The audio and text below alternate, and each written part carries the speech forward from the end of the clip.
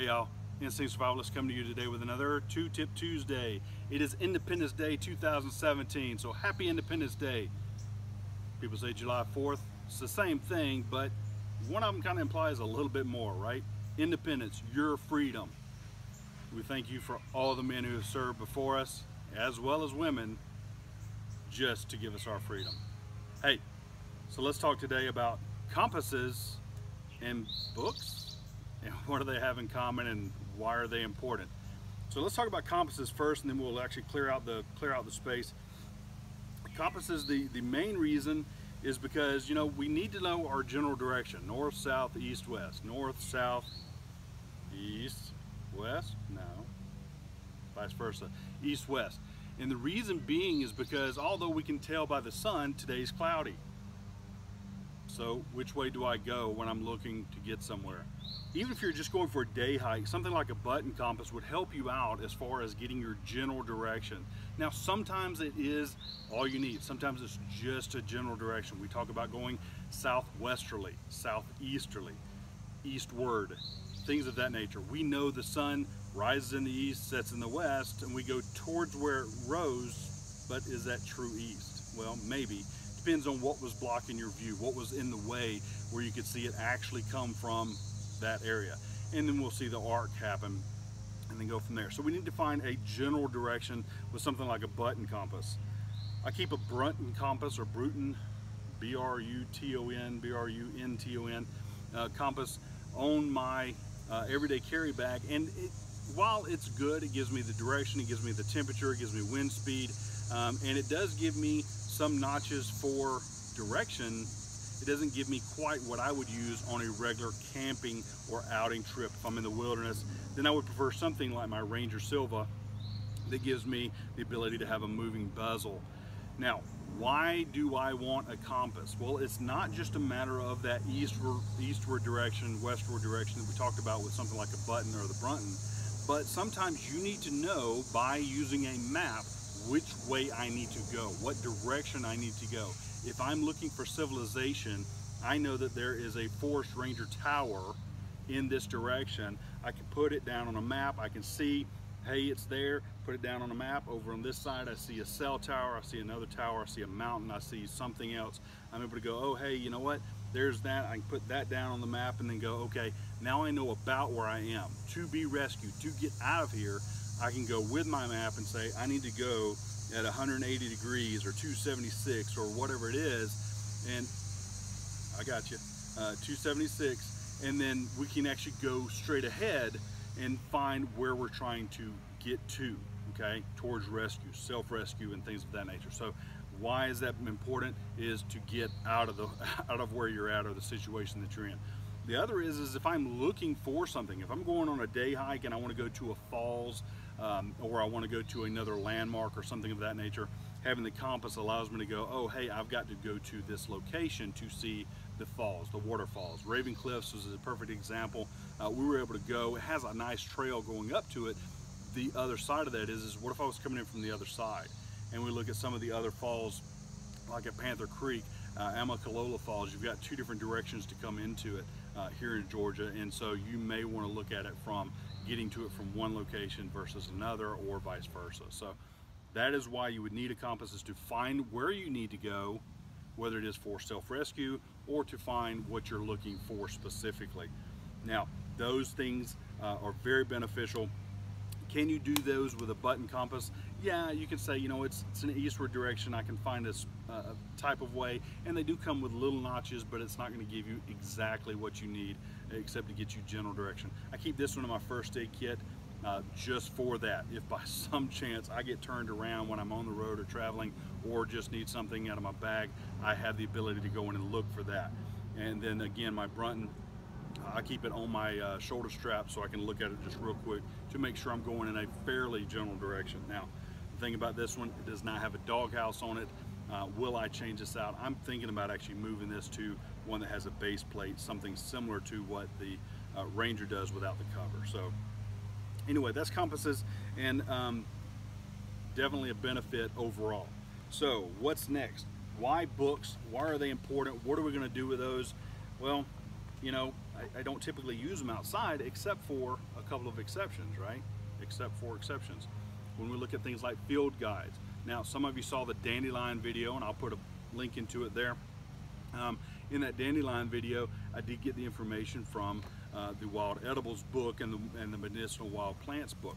Both of these are field guides. So when we look at some of the information that is just outpouring to you as far as what is available, I look at things from the old style, Kephardt's, Beard's, Seton, the list goes on, Nesmute, again, the list goes on.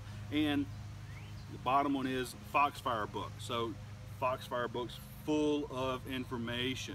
Now, keep in mind, this is great, and some of these are great stories. I love reading these old stories, and that's fantastic. But the problem is that while these are great, and if that's all you want to do, read it, that's great.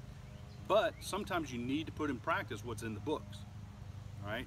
Actually, I don't want to say sometimes, let's just say all the time you need to put in practice if that's what you're planning to do. If that's what you're trying to do is get out, get into the woods, get into the wilderness, survive, or anything of that nature, you need to read what's in the book and then put it into practice. I think that, hey, whether you like him or not, Dave Canterbury has put out a great series of books in the Bushcraft series. And the reason being is because it gives you the step-by-step. Here's what you're doing. Here's why to do this. And then the preface to each chapter is, why am I going to do this? Why is it important? The field guides are very beneficial. We look at some like Animal Tracks. We look at, all these I think are, no, that one's Simon & Schuster. All the rest of these are Peterson guides. I've got Bradford Angier here, or Angier. I apologize if that's the wrong pronunciation. And then I look at some of the other books that came before that, right? Military manuals. The survival one is one that I had in electronic format for years. I finally found one that was at a surplus store. It was the last one they had, and I picked it up. The Army Special Forces Medical Handbook is another one. Now, before I get all the emails, before I get all the comments of, well, that's just complicated unless you know it. Hey, I get it. You don't throw the baby out with the bathwater. There's some information in this is very good. Some of it, hey, if you don't know how to stitch, that's fine. Okay? There are other factors that are available and other things that may be beneficial to you. I happen to have a background where that is information that I can use in my brain. All right? The other side of it is, yes, we've got the old, yes, we've got the new formats, yes, we've got the field guides, yes, we've got the military manuals, but what about these? Okay, now I was lucky. I was able to pick up both of these at the store yesterday. Very happy from that perspective. But each one of these contains a lot of information. Okay, how to do, what's the purpose of it, why did you do this, and things of that nature.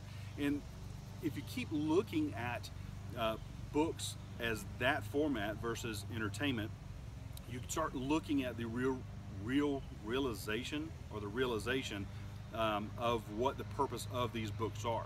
Now, again, some of them, Camping and Woodcraft, Woodcraft by Nesmute, Woodcraft and Camping, those are great books. Camp Lore and Woodcraft is around here somewhere, Shelter Shacks and Shanties. Those are great books to see what they did, and they have stories in them that I find very interesting. However, you got to look at some of the ways to do things. But this comes down to the fact of learning. Here's what it is, here's what it was, and some of it is informational, I will give you that. There's a great article in this one on the handguns, or sorry, the weapons used in mountain men movies. All right, great article. Is it informative for me? Yeah, it was fun to read, but it's not informative. It's not something I can go and take into practice. So when you look at the overall function of what a book is, it is to learn and to enjoy. Right? So take out the enjoyment out of this, take out the enjoyment perspective of it and go to what you can learn out of the books. Same with the edibles. Some of these are reading, textbooks. However, when you start getting into the actual meat of it, you start going, oh, hey, I can use this. Oh, hey, I can use this. And I'm gonna be honest with you, some of these books have been sitting on my shelf for a while, but there came a point in time where I needed it. And I went, oh, you know what? I've got that information. Let me go and find that. I did the same thing with the Shelter Shacks and Shanties book. I was like, I'm trying to figure out how to do this. Oh wait, I've got a book to do that. Now, some of you, and I'm waiting for the comment, Books are expensive, Bill. Yes, they are. I'll give you that. It is an investment that I have chosen to do. However, there are options. Number one is called a library. Go to the library, check out a book. Here's another thing about the library: you can extend the loan, right? You can extend it. So if I go in and I check it out, they will allow you to extend it if you're not through with it or if you're using it. The other side of it is, if you look at some of these, they actually have a copyright, but then they also have, not all of them, they also have a right to go in and say, you can photograph this page for personal use. Okay, so just as a by the way. Some of them are available for that, and it helps you to go, if you were to get one on loan from a library, to go in and photograph that page. Again, the other side of it is you can look at yard sales, you can look at used bookstores, you can look at, hey, if you're into electronic books, I have some that are electronic. I'm not a fan of the e-books, just by the way. Flat out, plain and simple, as you can tell, I am not a fan. Do I have most of these in ebook format? Yes. Why? I travel, I want to be able to read it, okay? And it saves the weight when I get onto the plane. The other side of it is I'm not taking an ebook out to the field to determine, is this mushroom edible? Well, I don't have connectivity, or my battery died, or whatever, and here I'm staring at something I need to eat or not, whether it's animal tracks, whether it is medicinal plants, whether it's edible plants, whether it is whatever. I'm not going to sit there and worry about a battery being dead. I'm going to make sure I have that manual. Now, one other factor about books that you need to think about, and I dealt with this coming out here: weight. Right? Just to put all these in the extra large haversack, it was pretty heavy. Okay, that was just books. It had nothing else in there except for books. Now, sometimes it's a trade-off. Sometimes it's information you want. If you have the plan, the thought, I'm going out and doing X, that's great. I look at me, I took out the tree book, the field guide that I have for the trees, the Audubon. I was able to take that out, and that was my main goal. I took no other book out with me except for that one, and so I was able to go out, and my whole purpose, my whole mentality at that point was to learn what trees. Okay, the same with wild edible plants, the same with, not mushrooms because I'm still way underneath that one, animal tracks and medicinal wild plants. All of those I took individually so I could learn what was in my area, and I could learn how to do that, because then it's in your old gray matter and it doesn't weigh a daggum thing, right? So that's the other, the caveat, if you will, or the trade-off. Anyway, so today, compass and books, and then how do they go together? Well, some of the information about compasses is in book format, and that is, again, part of your library. So you want to build up your resource library, again, whether it's electronic, whether it's book format, whether you chose to use the old school, new school, just field guides, military manuals, or magazines, and you can see I have a combination of everything, and/or magazines, and use that for your day-to-day resources. One that I didn't bring out here, a couple of books I didn't bring out here, were on map and compass. The Green Beret navigation guide, the Paul method, if you will. All right, those types of things can be all put into your resource library so that you can refer back to them, because you know, let's face it, we're all getting older, so we may need to go in and refer back to it, as well as one of the things that has been taught to me over the years, and this is flat out, plain and simple, over the years, has been, when you study something, study as if you're going to train. Meaning, if I was going to teach you how to do something, that's the way that I study this. So when I go and study wild edible plants, again, you saw the dandelion one, I gave you all the information I had, and it was all the information I got from several different resources, several different books. The one thing that I did leave out was latex allergies. It has got latex in it, or I have been told. I have not verified that, so folks, do your research, okay? That's on me, right? I'll leave it at that. I didn't look at that. I didn't see it. I didn't see it in any of the books. I didn't see it in any of the manuals. So I did not share that information. However, that comes back to somebody that was allergic to latex and they gave me that information. Again, I have not verified, so there it is, raw format, raw information on you. Right? So that's it, guys. Happy Independence Day. Thanks for your likes, your subscribes. Don't forget to like the video. Thumbs up if you like it, and thumbs down if you don't. If you don't like this format, then say so. Let me know. But if you do a thumbs down, I ask for one thing in return. Put a comment in. Tell me what you didn't like about it, because I cannot build, or I cannot enhance, or I cannot make it better if I don't know what it is. If you just do a thumbs down, it doesn't do a thing for me. It just says, oh, I didn't like it. Oh, okay.